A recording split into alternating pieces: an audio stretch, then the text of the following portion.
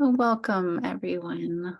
I'm really glad that you're here and interested in having some time learning about our Intro to IFS weekend course, September 1st through the 4th. And thank you for carving out this time out of your day and your work week to be with us. And I'm really delighted to introduce you to Kim Paulus. She's been studying IFS for about 20 years.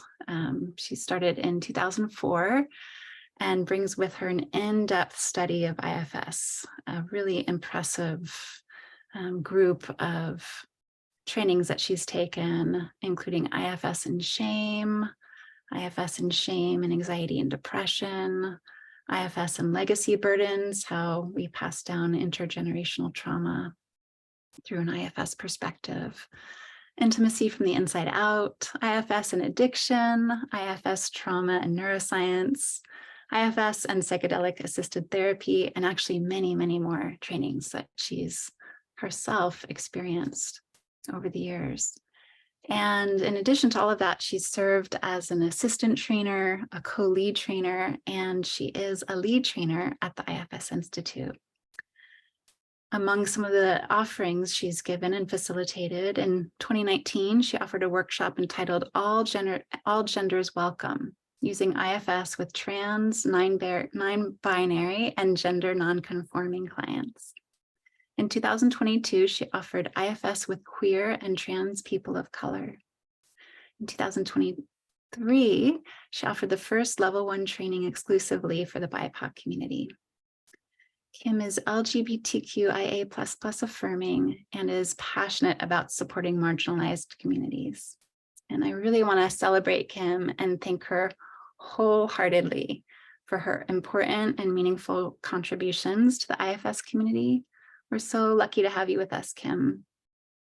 Well, thanks so much, Jackie. Yeah, thank you for being willing to share your knowledge with us.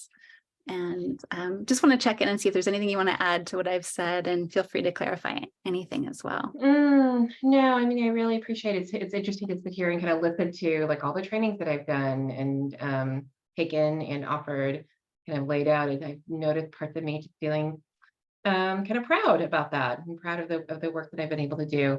I did my level 1 training in IFS in 2004 when I was in graduate school. And so it really has informed my clinical lens through my entire career. For better or for worse, I really think for better. Clearly, just listening to the amount of training I've done, I really love this model. And I really believe in the power of the healing that it can offer.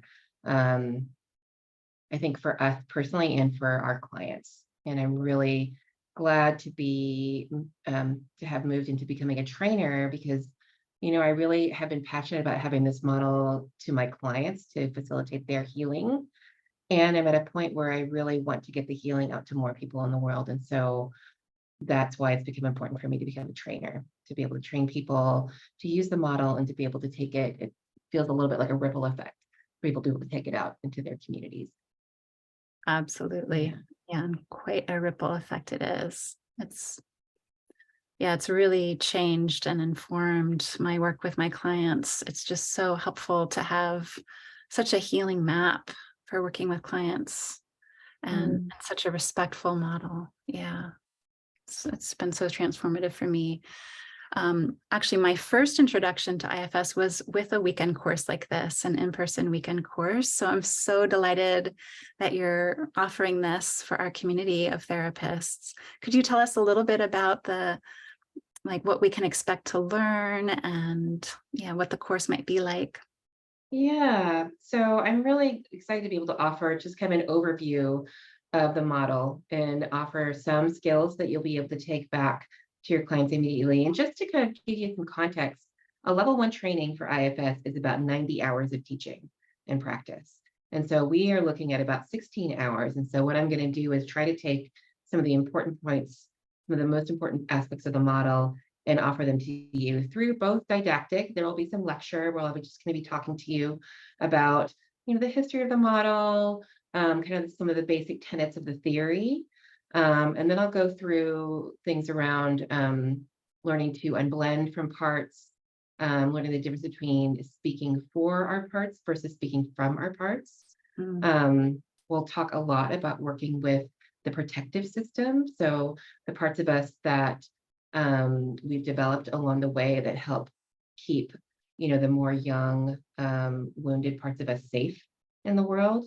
So we'll learn how to work with those, and I will take you through also a couple of things around direct access, a couple of different ways to use the model around whether it's not just going inside and talking to your parts, but there's ways to use the model and talk to your clients where it can look and feel very similar to doing psychodynamic talk therapy. But my hope is to kind of show you the framework of the model so that even when you are talking to your clients in a way that you might be used to, you're able to hold in your mind that you are talking to parts.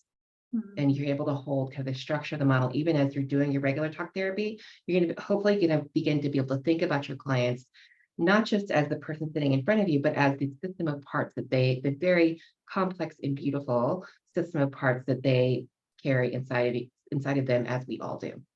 It is going to be a really good mix of both didactic and experiential. So it might be things like, I will teach you about what it means to unblend from parts. And then I'm going to lead you through an experience of unblending from your own parts. So you get to feel what that's like in your own system.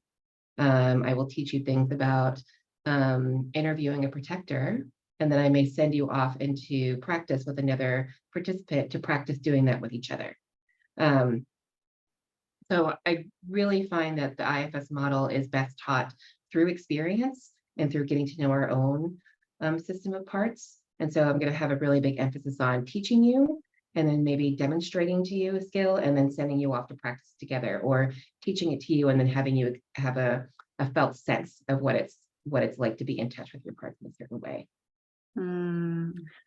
For me personally, that experiential learning is just so helpful and meaningful. It's like so many of my parts are so happy to hear about all of this experiential learning that you're going to be weaving into the course. So yeah, thanks for sharing that. It's one thing to learn about it didactically. It's another thing to experience it and play with it and do it ourselves with each other. Yeah. About how much didactic and experiential do you think? I would say it's probably going to be, it's hard to break down the percentages, but I would say it's going to be at least, there's going to be a lot of things I'm going to teach you. And as I said, I'm going to kind of tell you about it, and then I'm going to show it to you, and then I'm going to have you practice it or experience it. So I would imagine there's going to be an experiential aspect to just about everything that I'm teaching.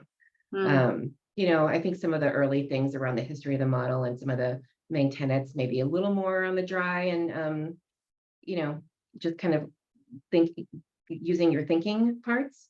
But I think for the other things, as we get to know parts and we get to understand how parts interact with each other, there'll be a lot more experiential through that.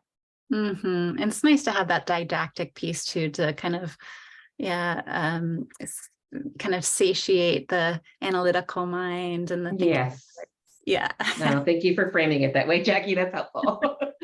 Yeah, it's helpful. Yeah, it's like okay, some grounding in what we kind of know. Yeah, and what's familiar, and then going into the realm of experience. It's nice. It sounds like a really nice blend. Yeah.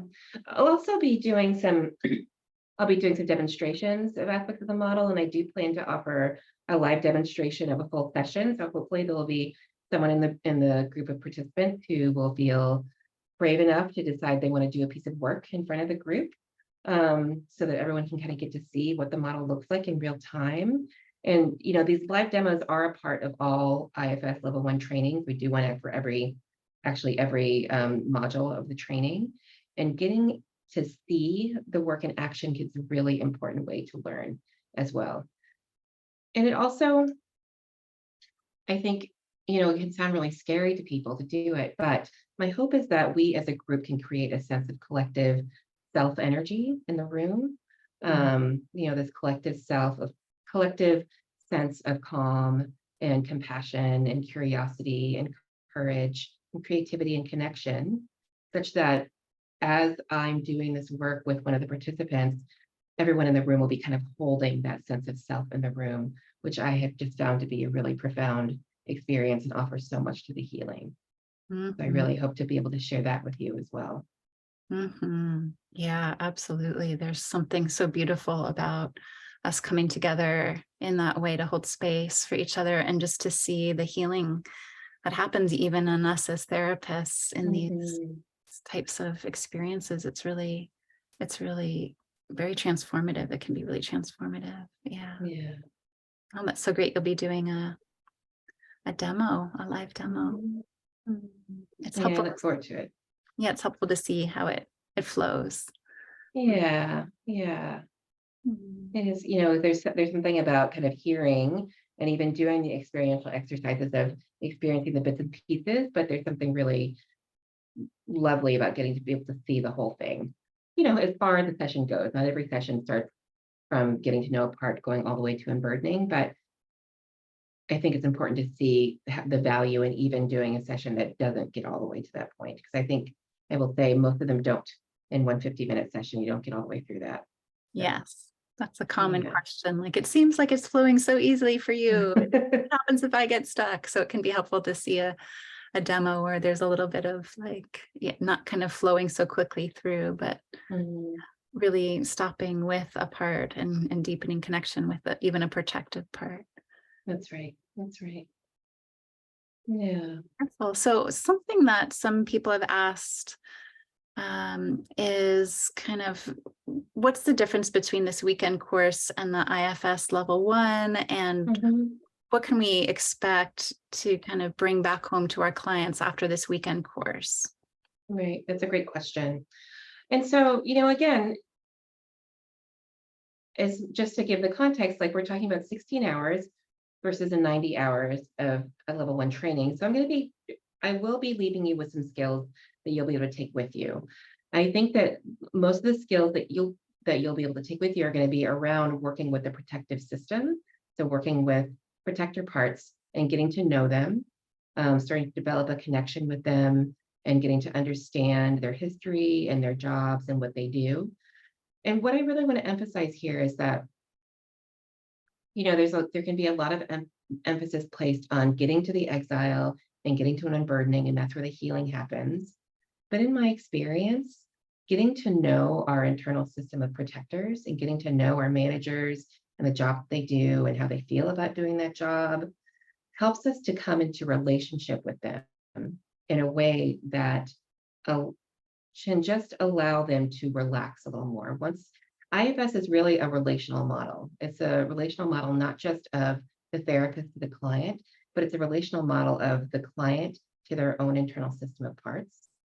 And so this practice of getting to know protectors is a practice of building relationship between the client and their protectors so that they can start to have some negotiation around when the protector starts doing its job. We start to bring mindfulness to when the protector is active and when it's doing its thing. And then you start to have more choice about, for instance, do I really need to be hypervigilant in this moment? Like if I'm walking down the street alone at night, yes, my hypervigilant part, it should be doing its job. And I'm really grateful that it's here doing its job. So when I'm in my apartment behind a locked door and I'm alone and everything is secure, does my hypervigilant part need to be active at that point? No. And if I have a relationship with that part of me that does that, I can start to reassure it and I can kind of ask it to take a look around and see where we are and ask it if it will relax in that moment, just to allow me to relax. And so I'm going to be teaching you a lot of skills to get to know your protective parts and to start to negotiate with them around when they're doing their job and when they aren't. And I will be also showing you, you know, what goes beyond working with protective parts to getting to starting to get to know your exiles. The exiles are the parts of us that carry um, our wounded experiences, the parts of us that carry the burden beliefs about us.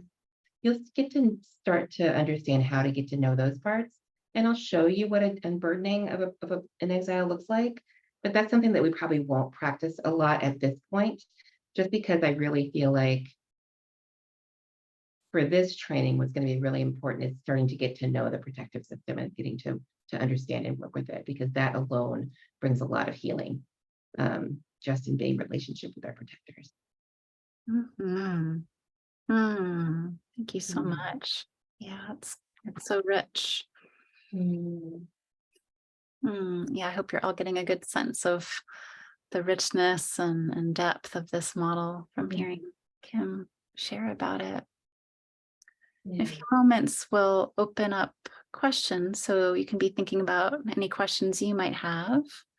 I'll share a little bit about Mount Madonna and the optional yoga in a little bit. I just want to see if there's anything else you wanted to say, Kim, that I haven't asked you about yet.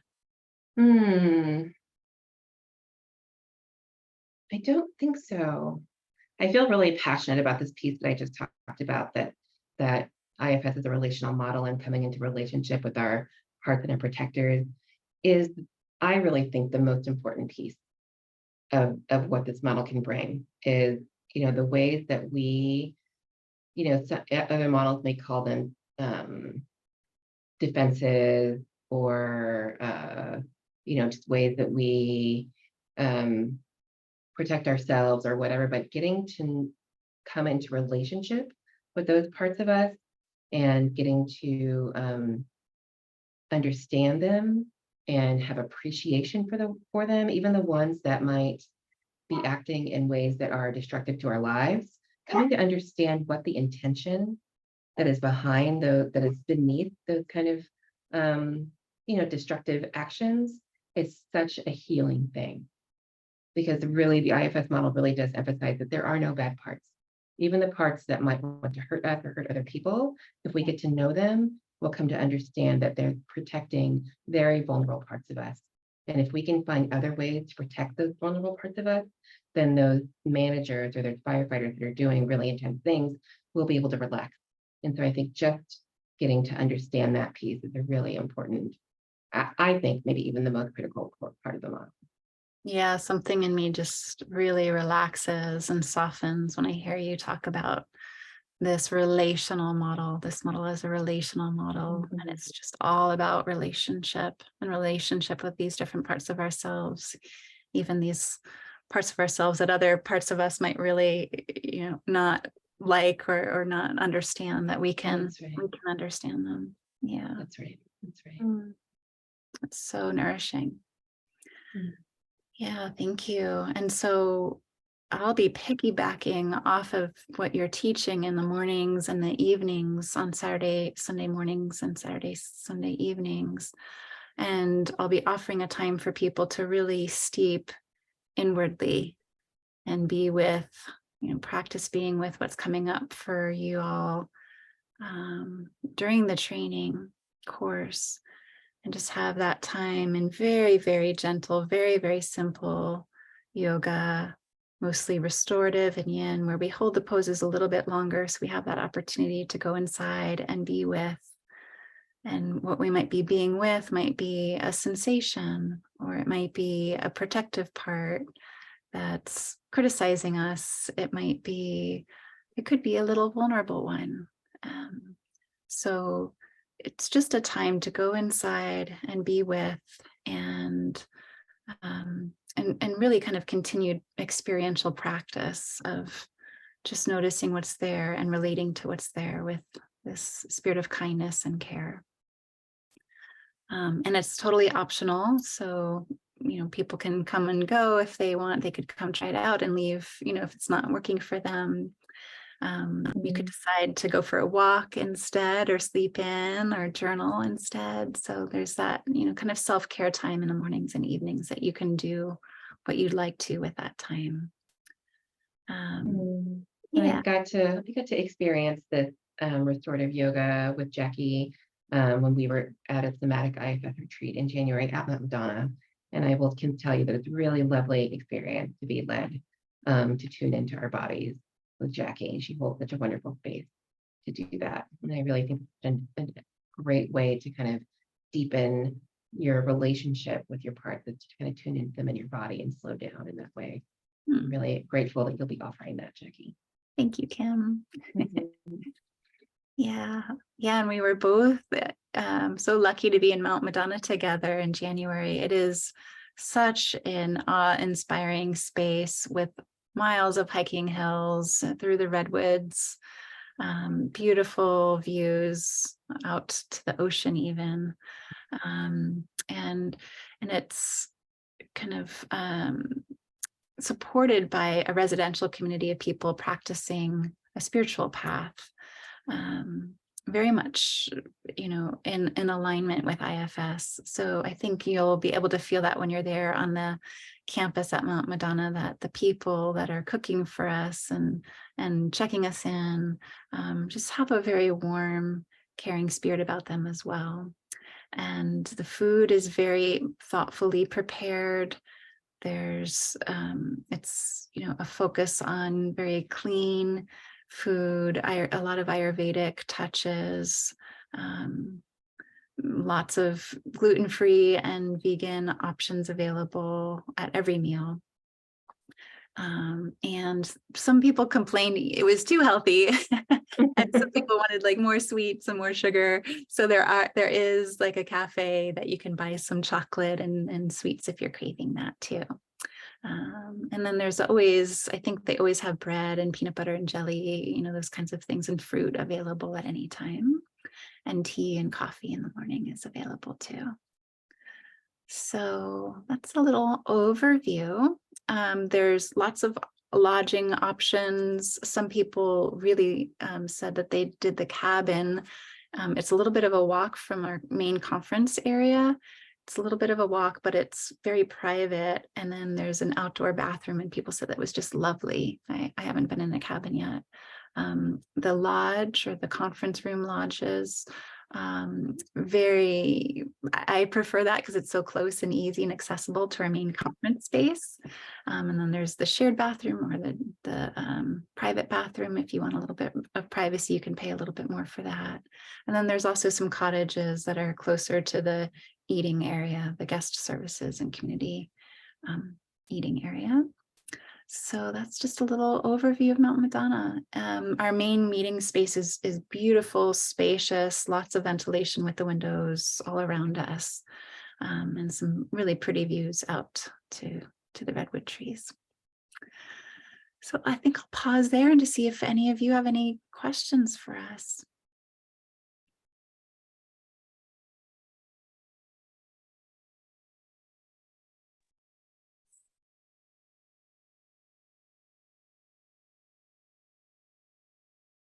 Hey, Carla.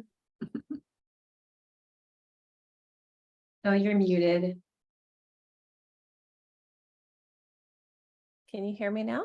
Yes. Thank you for this overview. It sounds very interesting. And yes, Mount Madonna is beautiful. I've been there before.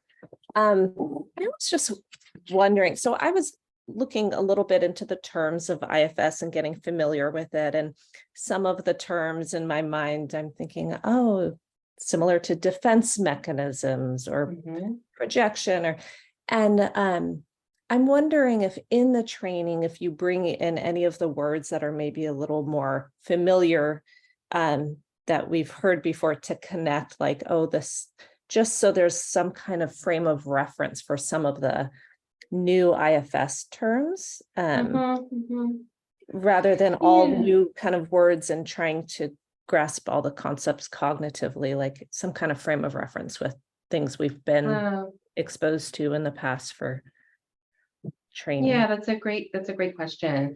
I mean, that kind of helps, that gives me a sense of that's something that I probably should do. Yeah, I think even just the example that you gave, the defense mechanisms or defense strategies, those are just, what I think of as protector parts, because there's two main categories of parts. There's protectors and there's exiles. And as I said, the exiles are our most wounded, kind of inner, often very young parts. And so, yes, I think I will be able to do that. It's just be able to give some equivalent and to make some connections to other ways that might be talked about. And yeah. And maybe it's not needed at all. I was just thinking the way my mind was already thinking, like, oh, I was kind of making some ties with what is already familiar. Yeah, that's helpful. And just what comes up for me as I hear you say that, is one of the things that I love about the IFS model is it's very strength-based, and it's very looking at the ways that our parts are wanting to help us and all have good intention. And Yeah. so even the language that's used around it is a defense strategy or defense mechanism. For me, when I hear that, it feels a little like pathologizing. It's a little bit like, oh, this person is defensive. Mm, Where with the IFS model, I really hope to kind of help people see that, like, if there is a person who is acting in a way that's defensive, it's because they are protecting themselves in a right. certain way. And Mhm, there's always a good intention to it. And so, and that's one of the things that you'll hear me talk about over and over again, is finding the intention behind the behavior. Yeah. mhm. Yeah. All Mhm. right. Thank you. Yeah, you're welcome. Something that I love about the style of IFS teaching too is that it allows for these kinds of questions to surface. So you might, Carla, have a way that you're seeing kind of what Kim is teaching, and there will be opportunity to bring up those connections you're making, and those connections you're making could help other people in the room. So that's wonderful. Like, even if Kim doesn't bring forward a particular connection that you're seeing, it would be super helpful for you to bring forward that connection and ask about it, and Kim can help deepen understanding about it, and then that could benefit the whole group. Yeah. I really love for my trainings to have lots of kind of group discussion, and for us to be, everyone to be kind of offering their thoughts and questions that really, I think, enriches the learning for everybody. So I do like to include lots of group discussion and discussion in smaller groups as well, especially for those of us who are maybe a little more introverted and prefer to talk one-on-one with people. Yeah. Thanks so much. So Natalie asked, how many people are you anticipating will be in the training? So we have about 10 people right now, and there were about 10 people registered for this free info session. So we're looking at possibly about 20 people. So, maybe 20 to 25 people, probably not too many more than that. Probably, yeah, around the 15 to 25 mark is what we're thinking. So it'll be a nice intimate group, which is it's on the smaller side in terms of IFS trainings, which is nice, a little bit more intimate. Yeah, it's nice. I'm really glad to be able to do this in person.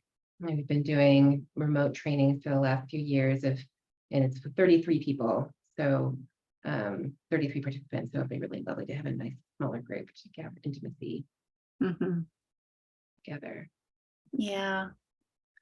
The cost. Yeah, good question, Crystal. So I sent an email out right before this around 6:55 p.m. and there's a link to the website, and you can look at the flyer from that page. So it's $750 for the weekend for the retreat, for the workshop part, and then lodging is separate. And then there's all sorts of lodging options, including commuting. Commuting still has a cost to it because there's 8 meals included, so it's not nothing to commute. And just making use of the spaces too, they include in that commute fee. So that's a separate fee to Mount Madonna. And we do encourage you to register by August 1st, so you can save $50. After August 1st, there will be an additional $50 fee. So it's helpful to register sooner rather than later. In the next couple of days is helpful. And do we ever do online trainings? So Mindful Child and Family Therapy is set to do an intro to intimacy from the inside out, which is basically IFS applied to interpersonal relationships and couples work in particular. And we are going to offer an online training December 9th and 10th of this winter coming up. And if you hop on to the courses page that I sent in the link, there's also a link to join our newsletter, so you can find out about those very entry-level courses that we'll be offering. And it's kind of like pre-level 1 is what we're offering for the community.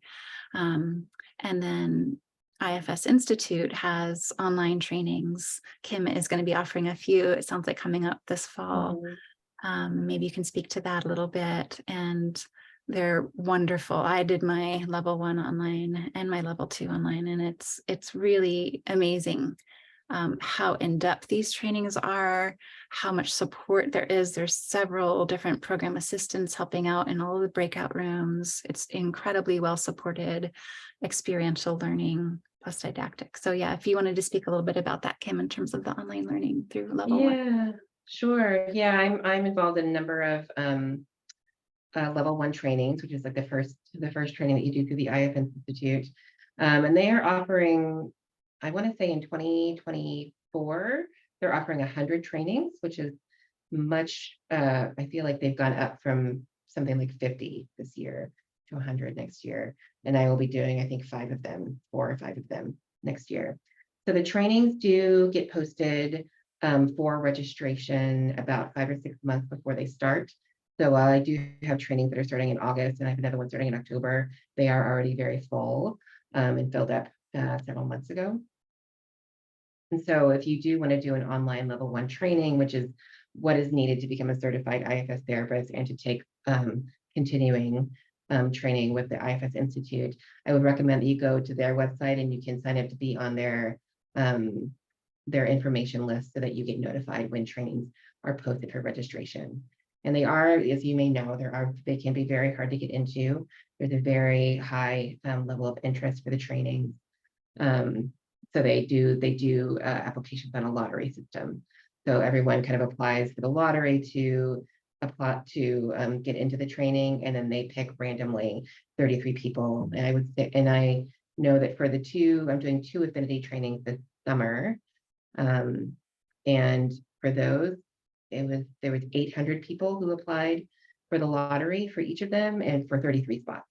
So that's the kind of, and I think that for the regular mixed mainstream trainings, I think it's even higher.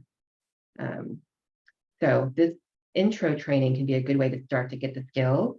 And then you'll be able to deepen much further if you take a level 1 training.